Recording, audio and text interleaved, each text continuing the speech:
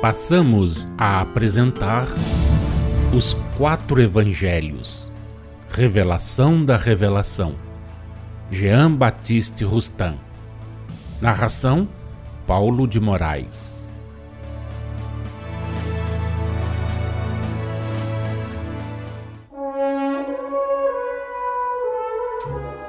Pelo que respeita à filha de Jairo, o espírito não abandonara o corpo, apenas se ausentara, e Jesus o chamou. Ele tivera permissão de prolongar a sua ausência, a fim de que o corpo, tornando-se completamente inerte, apresentasse todas as aparências da morte. Para os homens, a filha de Jairo estava morta. Essa era a aparência. Aos olhos de todos, a morte ali era indubitável, positiva. Na realidade, porém, não havia mais do que um estado de catalepsia completa, um estado, portanto, de morte aparente, de natureza a iludir os mais hábeis peritos.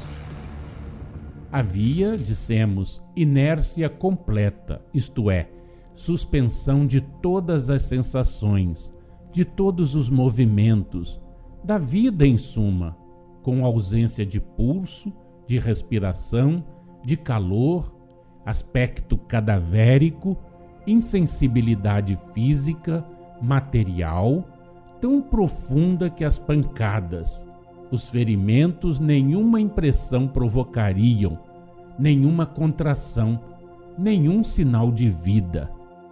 Vindo ao encontro do chefe de sinagoga, seus servos lhe disseram: "Tua filha morreu." Mas aos que choravam e faziam um grande alarido, Jesus disse: "Por que vos achais aflitos e por que chorais? A menina não está morta, apenas dorme." Aos tocadores de flauta e ao grupo de pessoas que faziam grande algazarra, disse: "Retirai-vos, pois que a menina não está morta, apenas dorme." E todos, por saberem que ela estava morta, zombavam dele. Afastada a multidão, disse ele à menina: "Levanta-te." E sua alma, tendo voltado ao corpo, uma vez que não estava morta, que apenas dormia, a menina se levantou. "A menina não está morta", disse Jesus, "apenas dorme." Essa a realidade. Não havia ali, com efeito, mais do que sono e sono natural ordinário, o que não deveis ter dificuldade em compreender, pois sabeis que a ausência do espírito mergulha o corpo num sono profundo. Pelo desprendimento completo do espírito se produz o estado de catalepsia. O espírito da filha de Jairo fora permitido ausentar-se, já o dissemos. Ele tivera uma permissão, não recebera uma ordem, porquanto o espírito não precisa de ordem para se desprender do corpo. Precisa, sim, para entrar nele. O pássaro que se evade da gaiola apertada onde definhava não deseja voltar para a prisão. Procurai compreender aqui a posição do espírito, reportando-vos aos atos da vida humana. O soldado que obtém uma licença sabe a que horas ela termina. Com mais forte razão, o mesmo se dá com o espírito em condições semelhantes. Se o da filha de Jairo se houvera esquecido de voltar ou resistido ao regresso, os espíritos superiores que o cercavam, vigilantes para que a ausência se prolongasse pelo tempo que necessário fosse à realização exata e integral da obra que Jesus intentava e ia realizar, o teriam impedido de frustrar por essa forma a execução do intento do Mestre. Aliás, semelhante resistência fora uma rebelião que de modo algum se verificaria contra a vontade de Jesus, acrescendo que aquele espírito não podia pensar em tal, uma vez que aceitara a missão que desempenhou. O estado de catalepsia em que a menina caiu e que deu lugar à crença numa morte real e, por conseguinte, numa ressurreição, no sentido que entre os homens essa palavra tem, se produziu porque entrava nos desígnios do Senhor que assim acontecesse, para cumprimento da missão de Jesus e para que esta desse os frutos que devia dar naquele momento e no futuro. Tudo o que assinalou a passagem de Jesus pela terra fora previsto e preparado mediante as encarnações dos espíritos que haviam de concorrer para a execução da sua obra de missionário. Supondes, porventura, que o soberano Senhor do Universo possa esperar alguma coisa do que chamais efeito do acaso? Repetimos, o espírito da filha de Jairo não abandonara o corpo.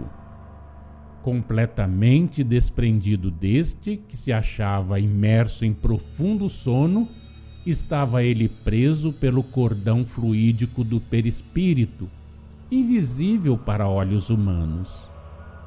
Graças a essa ligação do espírito com o corpo, a vida neste continuava a ser mantida, mas se achava suspensa pelo estado de catalepsia completa que dava aos homens a impressão da morte real. A filha de Jairo, disse-o Jesus aos que o cercavam, não estava morta, dormia.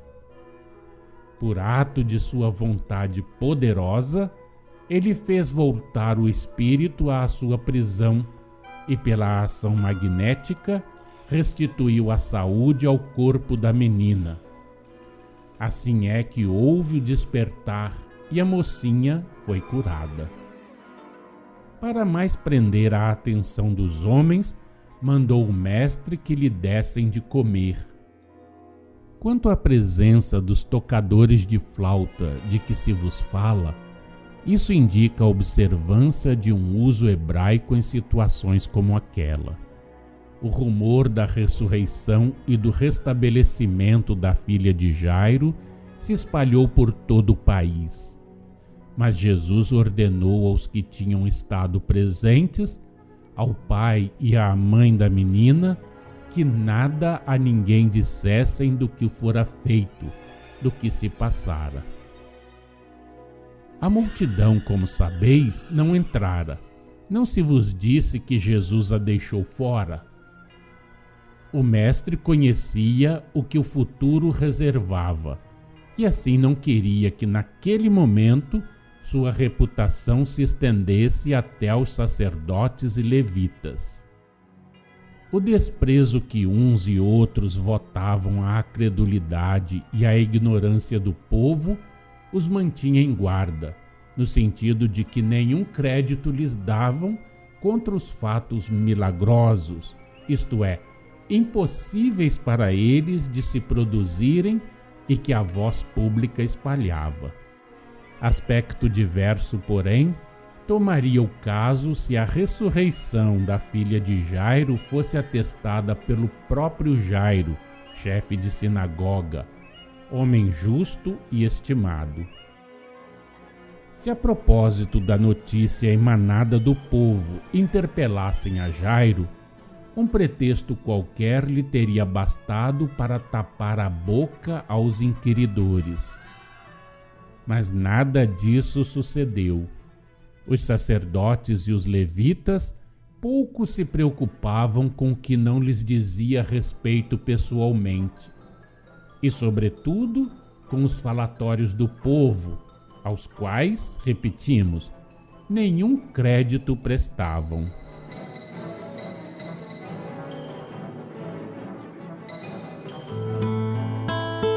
Acompanhe no próximo programa mais um trecho de Os quatro evangelhos. Revelação da revelação. Jean Baptiste Rustin.